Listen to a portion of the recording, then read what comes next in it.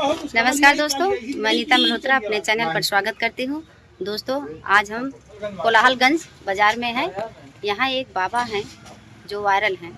चलते हैं बाबा साहब को मिलाते हैं आपसे। इसके पहले आप लोग से ये जो मीडिया वाले साथी बहुत से तमाम लोग बैठे हैं, इनसे हम थोड़ा बहुत रूबरू कराते हैं। उसके बाद फिर बाबा साहब को मिलाते हैं।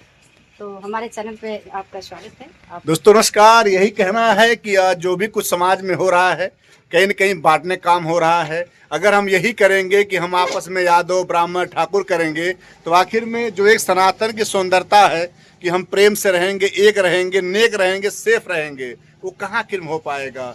और सबसे बड़ी बात ये होता है कि हम कह रहे हैं, अगर ब्राह्मण हो करके आप अगर मांस खा रहे हैं, मदिरा पी रहे हैं, तो वो क्या सही है।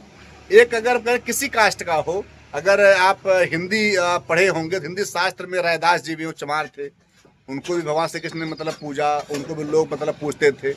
और भगवान श्री कृष्ण यादव हो करके और महाभारत में गीता का उपदेश दिया गया। वो गीता का उपदेश पूरा विश्व पढ़ता है।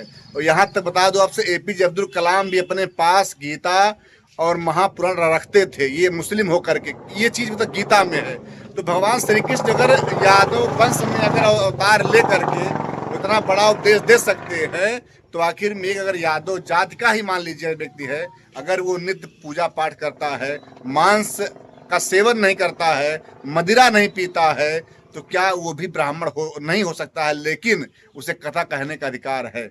आइए बाबा जी हैं, थोड़ा इनसे हम लोग बात करेंगे। मैम बाबा इस बात कीजिए। चलिए, आपके चैनल में स्वागत है, आपका भी स्वागत है। मैं समस्त देशवासियों को स्वागत करना चाहता हूं और समस्त देशवासियों को यह अवगत कराना चाहता हूं कि देखिए, रैदास ने कहा था कि पूजहु चरण चंडाल के, जो होई गुड़ प्रवीणा, और जो है विप्र न पूजहि, जो होई गुड़ हीना। अगर ऐसी बात है, किसी भी जाति में कुम्हार, लुहार, यादव, धोबी, धरिकार, बनिया, जो भी गुणवान है वह कथा करने योग्य है, वह कथा कर सकता है, वह ज्ञान लेकर के, शिक्षा लेकर के वह कथा कह सकता है। मैं यही चाहता हूँ। आपका चैनल में आपका भी स्वागत है और समस्त देशवासियों का स्वागत है। तो देशवासियों, सभी लोगों से मेरा निवेदन है कि आप लोग मानवता को शर्मसार मत करो। और ऐसी महिला को मैं हाथ जोड़ करके विनम्र निवेदन कर रहा हूं और समस्त देवियों से प्रणाम कर रहा हूं कि अपने आबरू को गलत ढंग से न बेचें, जो कि आक्षेप झूठे झूठे लगाकर किसी को बदनाम कर दें, किसी को झूठे आसाराम और राम रहीम बना दें। तो ऐसे जो है महिला से मैं निवेदन कर रहा हूँ, ऐसे लोग जो है समाज को जो है पूरा बिखराए ने, तोड़े ने। तो बाबा साहब, हम ये आपसे कहना चाहते हैं कि जो संविधान में बाबा साहब ने लिखा है समानता का अधिकार, उस पर आप देखिए, बाबा साहब ने सच में बहुत ही अच्छा लिखा है। बाबा साहब तो देवों के देव हैं। वो महान आत्मा को मैं कोटि कोटि प्रणाम करता हूँ कि जिनके ऊपर जो है इस तरह से जातीयता का जो है भेदभाव लगाया गया, छुआछूत का भेदभाव लगाया गया, और उनके साथ भेदभाव हुआ भी तमाम, और ये प्रताड़ित भी किए गए। ऐसे में जब उनके हाथ में कलम आई, तो समस्त मानव जात के लिए एक ही कलम से और समान भाव से सबको अधिकार दे दिए हैं। उसमें भेदभाव नहीं है। सोचिए, वो महान आत्मा को मैं प्रणाम करता हूँ। तो मैं उस बाबा साहब को मैं कह रहा हूँ, ऐसे दूसरे लोग पूरे भारत में, पूरे विश्व में नहीं हो सकते हैं। और अधिकार जो दिए उसको लोग माने, और मनुस्मृति स्वयं की लिख करके, और ये समाज को विखंडित करने का अगर काम कर रहे हैं तो समाज विखंडित हो जाएगा। तो मैं मनुस्मृति को बिल्कुल नहीं मानता हूँ। यह काल्पनिक है, स्वयं झूठा झूठा रचा हुआ चीज है, और जो भी है वह बाबा साहब ही दिए। बहुत बहुत धन्यवाद। दोस्तों, हमारे चैनल पर नीरज उनपुलिया का स्वागत है। आइए हम इनसे कुछ बात करते हैं ईटा वाले मुद्दे पे। तो बहन बोलिए, ईटा वाले मुद्दा पे कुछ आप कहना चाहती हैं? दोस्तों प्रणाम। दीदी के चैनल पे सबका स्वागत, सबका वंदन, सबका अभिनंदन है। दोस्तों, ईटा वाले मुद्दे पे बोलने में सर में आ रहा है कि एक महिला टारगेट बन के आ रही है, क्योंकि अपने घर के पुरुष को बचाने के लिए क्या ये गलत नहीं है कि अपने घर के पुरुष को बचाना? अगर गलत है, मेरा बेटा ही हो, मेरा हस्बैंड ही हो, उसको भी दंडित होने के अधिकार है। हम एक महिला, एक नारी हूँ, हमें अपना मान सम्मान खुद बचाना चाहिए। क्या मान सम्मान से बढ़ के सब लोग हो गए हैं कि किसी का कथावाचक का किसी का सर मुंडा किसने अधिकार दिया है? आप सर थोड़ा उनकी चोटी काट ले रहे हैं, उनको मारते पीटते हैं। आपको 4-8 घंटे की वीडियो में कहीं भी नहीं आया है कि आपने कथावाचक ने उनका कलाई पकड़ा।